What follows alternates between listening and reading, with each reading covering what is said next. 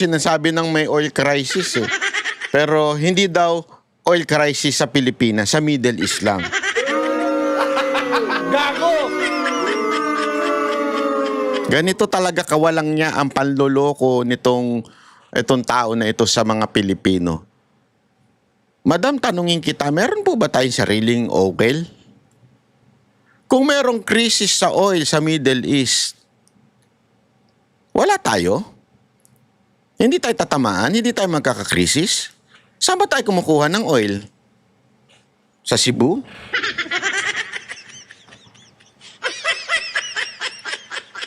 O baka naman may sarili kayong butas diyan sa Malacanang. Sabi mo ngayon na si nagsabi, si Libiste pa. Tapos ito, tingnan nyo paano niya tinwis. As ang sabi daw ni Libiste, kaya niyang sagutin daw yun. Yung pampagamot nyo. Pampagamot nyo. Ito kasi ako si Libiste. Sinabi ni Castro, hoy, dahil sa mga sinabi mo, hindi ako nakatulog at nag-worry ako kaya sinisingil kita ng 500 million. Ang sagot ko naman, kung ako si Libiste, ang sagot ko, huwag ka mag-alala pag nagkasakit ka, sagot ko ang sakit mo. Pagagamot kita. Tingnan mo yung sagot nito ni Castro Tingnan nyo kung gaano katindi yung logic niya. Good. Good. Very good. Very good. He admitted that he is causing me sleepless nights and anxiety. So that will be part of the case. Ang lupit mo talaga, madam. Iba ka. Iba utak mo. Dinaig mo na si Gadon. Ma'am, eto si Gadon. Dito ka na. Sobrang taas mo na.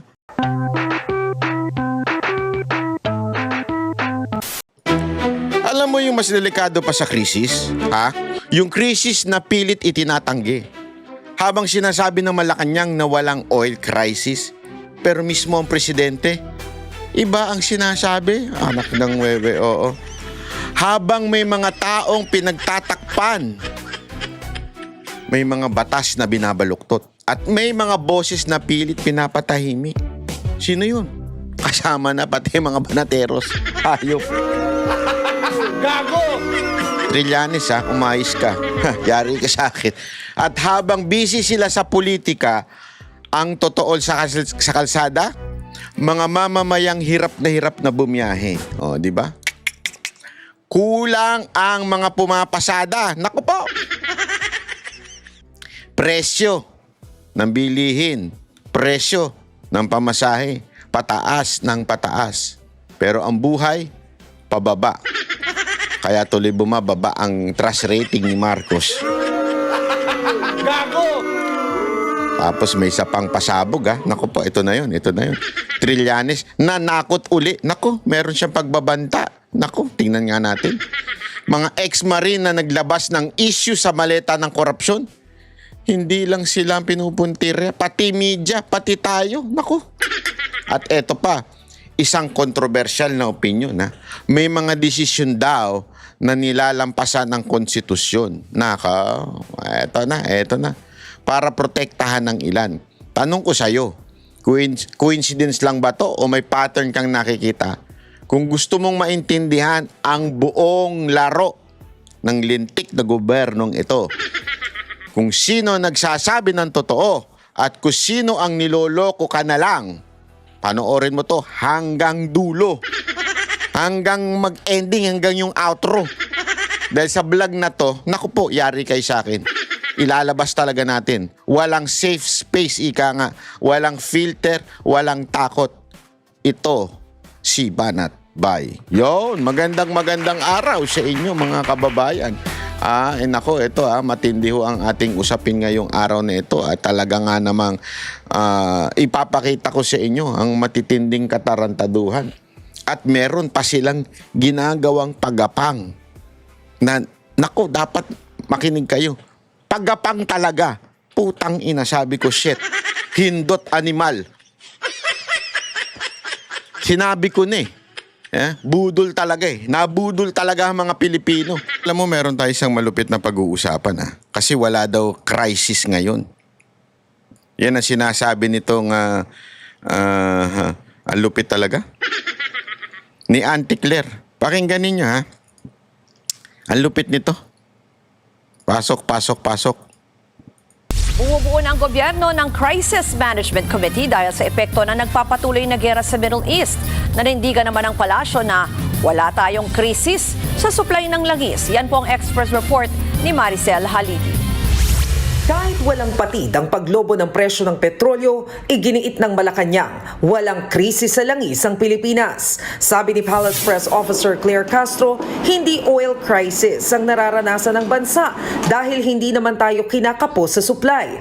Ang tawag daw doon, price disruption. Yo! Sabi po kasi ni Secretary Sharon, may dalawang klase po ng Wala daw tayong crisis, ladies and gentlemen. Wala na masakyan ng mga Pilipino pero wala tayong crisis. Animal talaga. Animal talaga. Wala daw tayong crisis niyan, ha? Wala. Oh, mga kababayan, wala daw problema sa gas. Tangina, pila-pila na ngayon. Hirap na. Wala ang problema, sabi ni Marcos. Ano lang daw yan? Konting sigalot lang daw yan. crisis sa supply at sa presyo. So ngayon po, kung pag-uusapan po natin ang supply, ay wala po tayong sasabihing krisis pagdating sa supply. Maybe meron pong price disruption. Yun. Dahil nga po sa nangyayari. Price disruption lang. Tangin na talaga. Nakakainis. Nakakairita. Alam mo, ganyan tayo niloloko nitong tao na ito, mga kababayan, mga Pilipino. Papayag po ba kayo na ganito na tayo niloloko? Sa lagay na to, wala daw krisis. Gago! Niloloko talaga tayong lahat eh. Ang lupit. Oil crisis sa Middle East. Ito'y kahit mismong sa bibig ni Pangulong Marcos nang galing ang salitang krisis. We had to accelerate all of this because of the oil crisis that is happening. Itong problema is because of the war in the Middle East. Sabi ni Jose Castro, krisis sa Middle East ang tinutukoy ng Pangulo rito at hindi oil crisis sa Pilipinas. Pero kahit pa Kita mo, pati si Marcos sinasabi ng may oil crisis eh. Pero hindi daw oil crisis sa Pilipinas, sa Middle East lang. Gago! Ganito talaga kawalang niya ang panloloko itong tao na ito sa mga Pilipino. Madam, tanungin kita, meron po ba tayong sariling oil? Kung merong krisis sa oil sa Middle East, wala tayo? Hindi tayo tatamaan? Hindi tayo magkakakrisis? Saan ba tayo kumukuha ng oil? Sa Cebu?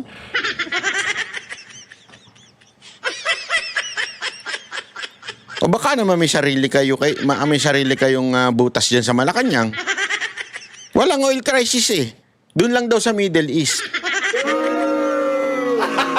Gago! Alam mo, kaya ikaw ang most hated. Sa totoo lang, ikaw ang talagang galit na galit ang mga Pilipino sa'yo. Oh, yun ang totoo. Hindi ko alam kung meron nagsasabi sa yung tuwan-tuwa sa'yo, ha? Siguro yung mga, alam mo na, yung mga bayaran dyan. Hindi ko alam kung sa'yo ba nanggaling yung bayad na yun. I mean, for sure, hindi sa'yo nanggaling yun. Pero galing ba sa Malacanang yun? Yung mga pumupuri sa yung vlogger? Tanginang yan. Pag eto pinuri mo, ang bobo mo na. Hindi lang sagad sa bobo, kahihiyang ka ng pamilya mo. Pati anak mo.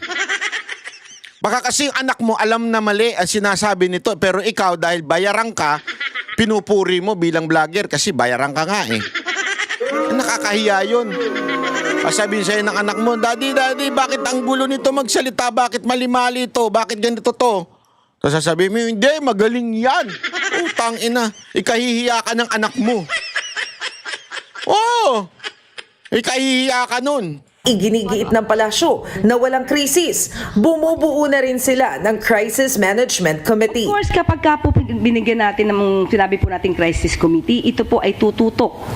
Lalo-lalo na kung ano ba ang pangangailangan ng ating mga kababayan, paano hindi mapuputol ang supply ng ating mga pangangailangan sa oil, sa fuel at sa mga pangunahing pangangailangan ng ating mga kababayan.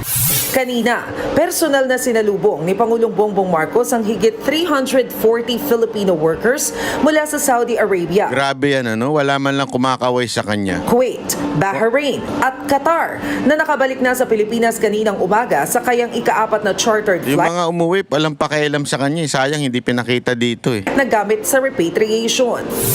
Kabilang dito si Alicia na sinalubong ng yakap ng kanyang pamilya mula Pampanga. Nung nandun po ako sa Qatar, yun nga po, nung may nagaganap na pagsabog po doon, may times po na nawawalan na pong pag-asa, baka hindi na po kami makauwi. Si Merlin naman, tila nabunutan ng tinik nang makaalis sa Kuwait. Po, hindi po ako makatulog po talaga dahil po pag matulog po ako, ang lakas po ng pasabog. Talaga totoo po yan. Kaya po sinabi ko sa amo ko na uwi na lang ako. Sa taya ng Department of Migrant Workers, nasa 1,200 pa ang kailangang i-repatriate mula sa Middle East. Pero habang hindi pa nakakauwi, may paalala sila sa Pinoy workers. We wish to further remind and ask the OFWs to abide by host country safety protocols. At ito nga, isaalang-alang yung air restrictions. Ay nako, puro kayo ganyan. Lalo ka nakakdak. Anyway, at least yung pangarap mo maging secretary, panalo na, okay na, okay na. Eto, wala daw krisis, di ba mga kababayan? Wala daw krisis. Pero ipapakita ko sa inyo na wala daw problema, wala daw, disruption lang daw. Pero kita nyo naman. Lunes na Lunes, hirap makasakay ang mga pasahero dahil mas konti raw ang mga bumabiyahing jeep dahil sa mahal ang petrolyo. Live mula sa Pasig, may unang balita si EJ Gomez. EJ. Igan, good morning. Nahirapan nga ang ilang mga kapuso nating commuter sa pagsakay ngayong umaga sa bahaging ito ng Marcos Highway sa Pasig City. Ang ilan sa kanila inabot pa ng mahigit kalahating oras ang hinintay bago makasakay. May transport strike sa ilang lugar sa Metro Manila. Ramdam yan dito sa Pasig City. Maraming pasahero ang nag-aabang ng masasakyan ngayong rush hour sa bahagi nitong Marcos Highway. Karamihan sa kanila papasok sa eskwela o trabaho. Kanya-kanyang diskarte ang mga commuter. May mga nakikipag-unahan sumampa sa jeep. Ang iba sumasabit na para lang makalarga na. Ilang pasaherong nakausap natin na nagsabing mas tumagal ang paghihintay nila ngayon ng masasakyang jeep. Traditional at modern jeepney ay punuan. Kaya ang ilan late na naman daw sa kanilang trabaho o eskwela. Napakahirap po talaga sumakay ngayon. Siguro abuti nga po ditong 10 to 15 minutes po bago ka makasakay. Akala ko yung mga ganito may N-box. Joke lang po ah. Ay! Sobrang traffic pa po. Dito, pa transport palengke, abuti nga mga kalahating oras bago ka dumating sa pupuntahan mo. Inaabot ako ng 30 minutes to 45 minutes pagsasakay. Dati kasi kapag mga 15 minutes lang nakasakay na ako. Pag nalilate kasi sa trabaho, penalty yun, bawas pa sa trabaho ay sa sahod. Kaya ang hirap po talaga, lalo na sa mga commuters na katulad ko. Grabe, no? At walang krisis niyan, mga kababayan, ha? Para lang malinaw, wala pong krisis. Igan, itong nasa unahan namin ay pila ng mga jeep. May mga punto na talaga napupuno ng mga tao. Tapos kapag may dadating na jeep, talaga naguunahan sila sa pagsakay. Kaya agad naman nakakalarga yung jeep. Dito naman sa aking likuran, kapag may mga humihintong jeep, kanya-kanya rin ng pagtakbo yung mga kapuso nating commuter para lang sila ay makalarga o makasakay na papunta sa kanilang eskwela o trabaho. Meron namang mga traffic enforcer na nagmamando para maibsan yung traffic sa bahaging ito ng Marcos Highway. Yan muna ang latest mula rito sa Pasig City. EJ Gomez para sa GMA Integrated News.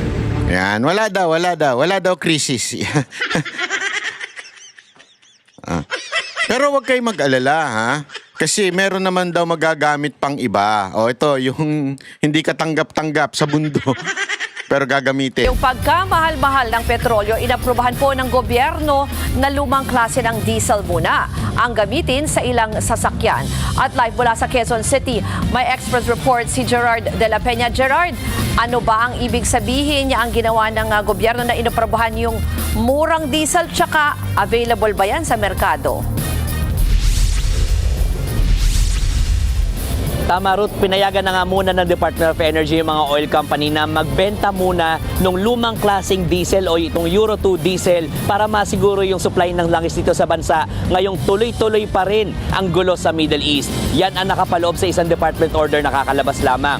Ayon dito, hindi nito papalitan ang kasulukuyang regulasyon kung saan Euro 4 diesel lamang ang maaaring gamitin sa bansa na mas malinis at may tuturing na mas environment friendly dahil sa kakaunting ibinubuga nitong toxic chemical sa hangin.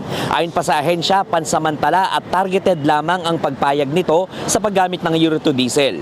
Ang maaari lamang gumamit ito ay yung mga sasakyan na ginawa bago ang taong 2015 katulad ng mga traditional jeepney at gayon din ng mga power plant at generator at mga sasakyang pandagat.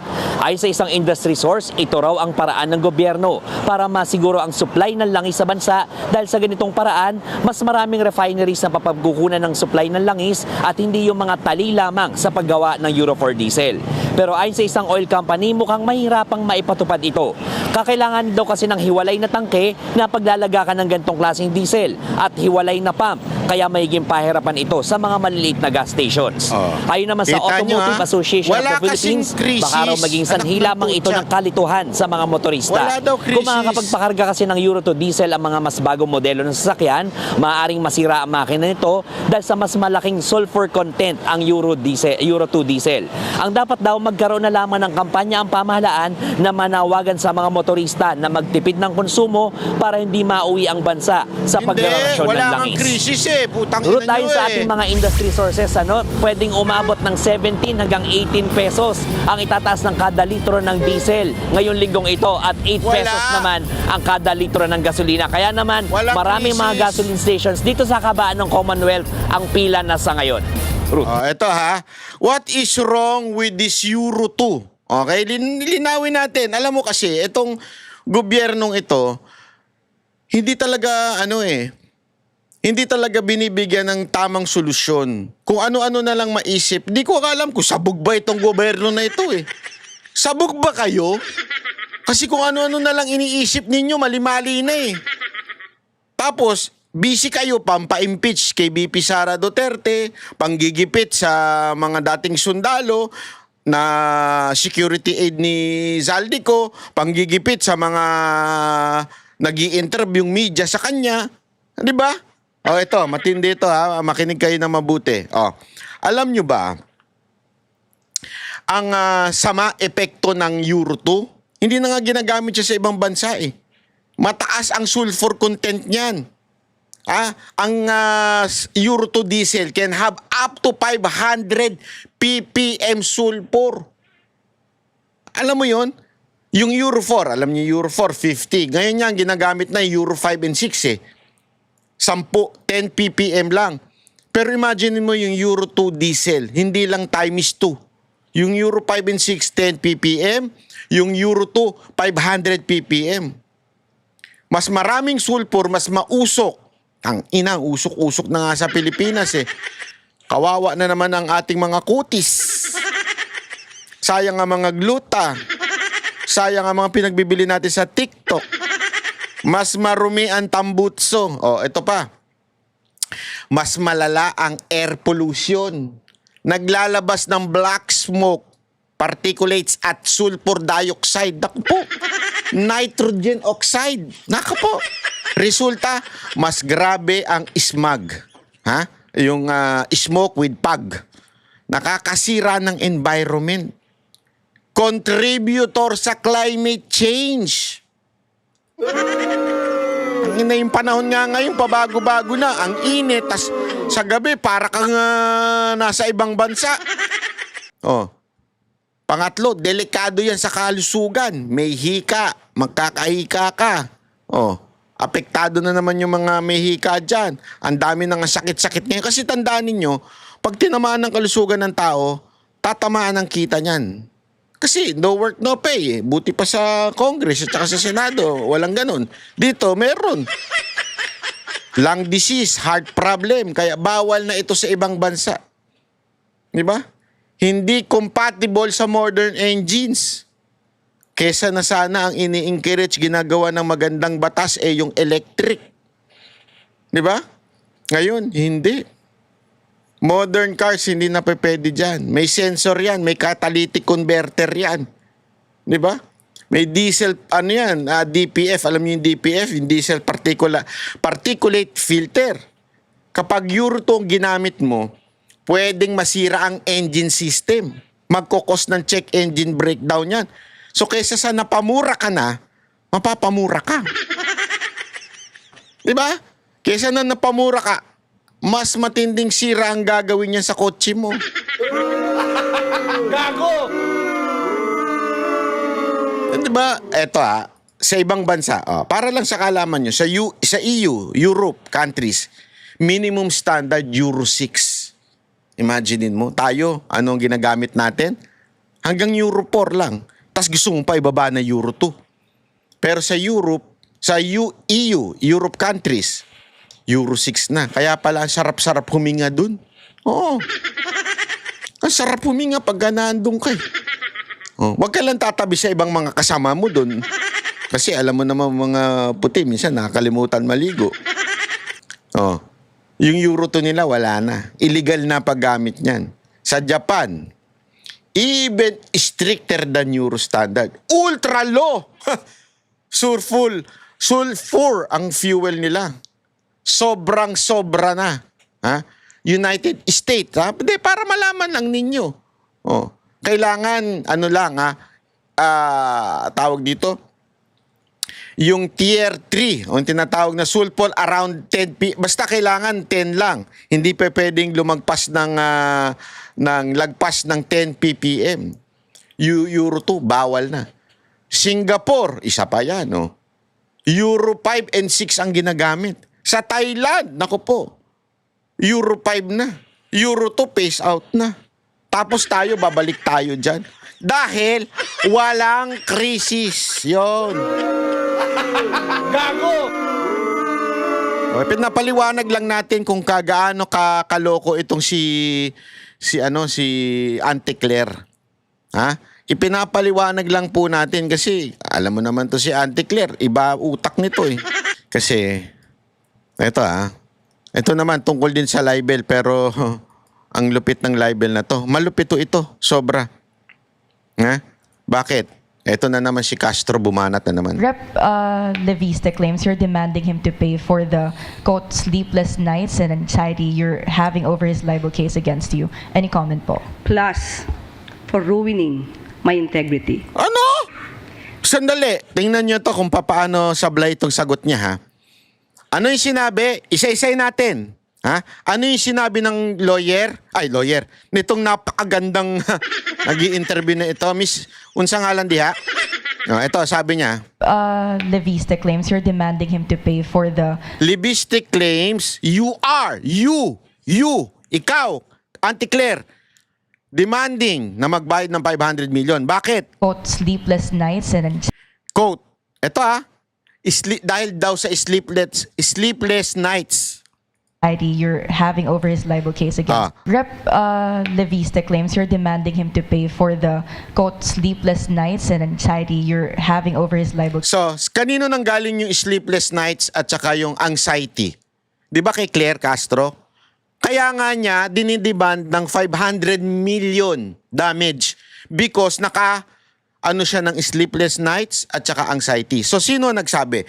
Si Leviste ba o si Castro? Di ba si Castro? Kaya nga niya dinidemanda si Leviste. Tama, mali. Tingnan ninyo utak nito ni Claire. Case against you. Any comment po? Plus, for ruining my integrity. Plus, ruining the integrity. Huwag na natin pag-usapan yan kasi we have different opinions on your integrity. Definitely, I disagree. You do not have integrity. That is my opinion. I don't think you have the honor, integrity, or whatsoever. Bakit? Balubaluktot ka, magkwento, magsalita, at kung ano-anong pinagsasabi mo, na it's no longer part of your job, it's no longer, we can say na katungkulan mo bilang press officer, wala na sa demeanor ng iyong pagiging opisyal, wala na. Ang baboy mo na, ang bastos mo na magsalita. Yun ang totoo. Kahit pa sa vlog mo. Dapat nga kinakasuhan ka na matanggal dyan sa posisyon mo dahil pero ako, okay lang ako dyan. Para lalong bumagsak at dumausdos pababa ang rating ni Marcos. Kasi galit na taong bayan dito sa tao na to eh. Oo. Pero dapat siya kinakasuhan na yun kasi parang hindi ito opisyal eh, magsalita. Kaya wala kang integrity para sa akin, madam. Pero ito, wag na natin pag-usapan yan. Pag-usapan natin yung sinabi niya. Tingnan mo. Okay, 500 million. Yes, 500 million damages. It is part of my compulsory counterclaim. I believe that because of twisting some facts in the complaint, and it ruined my integrity as palace press officer, I believe that I deserve such and I am entitled to such damages. So, ano sabi niya? Sleepless nights? Okay. So, Ano sabi niya, sleepless night? Ikaw nagsabi nun. Pwede ba nga sabihin, kakasuhan ko sarili ko at sasabihin ko may sleepless nights ka? Ikaw nga yung nagkaso eh. Ikaw nga yung nagsabi nun, kaya nga sinisingin mo ng 500 million eh. Anak ka ng weteng talaga, oo. words? Anong word exactly sinabi niya? Sleepless nights and anxiety, and kaya niya raw pong sagutin. Tinan mo, natatawa na si ate kasi ikaw nagsabi nun, tas sinasabi mo ngayon na si nagsabi, si Libiste pa. Tapos ito, tingnan nyo paano niya tinwis. As ang sabi daw ni Libiste, kaya niyang sagutin daw yun. Yung pampagamot niyo. Pampagamot nyo. Ito kasi ako si Libiste. Sinabi ni Castro, hoy, dahil sa mga sinabi mo, hindi ako nakatulog at nag-worry ako kaya sinisingil kita ng 500 million. Ang sagot ko naman, kung ako si Libiste, ang sagot ko, huwag kang mag-alala pag nagkasakit ka, sagot ko ang sakit mo. Pagagamot kita. Tingnan mo yung sagot nito ni Castro ha. Tingnan nyo kung gaano katindi yung logic niya. Good. Good. Very good. Very good. He admitted that he is causing me sleepless nights and anxiety. So that will be part of the case. Ang lupit mo talaga, madam. Iba ka. Iba utak mo. Dinaig mo na si Gadon. Ma'am, eto si Gadon, dito ka na. Sobrang taas mo na. Mantakin mo sinabi daw ni Libiste. Ina-admit niya na nagkaroon talaga ako ng sleepless night at saka anxiety because sasagutin niya yung pampapagamot ko. Yun na yung logic niya. Una-una kayo nagsabi nun na walang tulog. Di ba? Pangalawa, kayo rin na nagsabi na merong anxiety. Kayong dinadanas. Tapos sasabihin niya sa pagpapagamot, ibig sabihin, inaamin niya na kaagad. Ikaw nagsabi nun eh. O para bagang sinasabi mo, ganito, halimbawa. Halimbawa, si Jack. Sir Jack, sabi ni Sir Jack. Banat Bay, dahil sa'yo, nilalagnat ako dahil ang hirap mong intindihin, sabi. Parang baligtad. Sige, baligtad rin natin. Kunwari ako nalalumapit kay Sir Jack. Sir Jack, dahil sa'yo, nahihirap ako intindihin. Nilagnat tuloy ako. Sabi naman ni Sir Jack, hindi, papagamot kita. Sabi niya. Sabi niya. Ako na pagamot mo. Sabi niya ganon. E di sagot ko naman, so inaamin mo nga. Inaamin mo nga na ikaw ang nagdulot ng lagnat ko. Anak ka ng weteng. Gago! Ikaw nagsabi nun eh. Di ba? Magagaling i-Jack. Ingon niyang namin yun eh. Sabi niyo, nyak nyo. Ganon. Ikaw nagsabi nun, tas Sasabihin mo, ako nagdahilan. Gago! Ang lupit mo talaga, Auntie Claire. Iba ka. Iba yung level mo. Ito ka na. Ito ka na. Ito ka na talaga. Si Gado nandito eh. Ito na yung level ng anuhan mo. Ng ang lupit eh. Hindi, ako ito lang mga kababayan. Hay nako. Ano kasi, dito, kung ano-ano na lang yung mga issue na kanilang inaano. 'Di ba? Para lang masabi mong meron kang maitapal dun sa kakulangan ng gobyerno. 'Di ba? Hindi na ho tama ito eh. Na ganito ang nangyayari sa atin. Talagang imagine niyo pinalulusot ng gobyernong ito yung mga ganyan. 'Di ba? Sabi nga ang daming dapat pagkaabalahan, pero dinidemanda mo yung mga tumututol sa gobyerno, nagsasisiwalat ng katotohanan. Tapos, hindi ka pa aamin na may krisis para lang gumanda ang iyong perception sa gobyerno. Hindi ganun eh. Hindi ganun eh. Gayahin nyo si Pangulong Duterte. Dati talagang inamin niya may problema tayo kaya gagawin ko ang lahat ng paraan. 'Di ba? Nung COVID time. Hindi, real talk lang Hindi na to usapan ng politika. Usapan na to ng sikmura. Gasolinang mahal, pamasahing pahirapan. Tapos sasabihin sa'yo, walang krisis. Sino niloko nila? Ikaw? Ako? O sarili nila? Habang sila nagbabangayan sa taas. Ikaw? Ikaw mismo. Pawis na pawis sa biyahe. Ubus na oras mo, ubus na sa oras mo sa pamilya, ubus pa pera mo.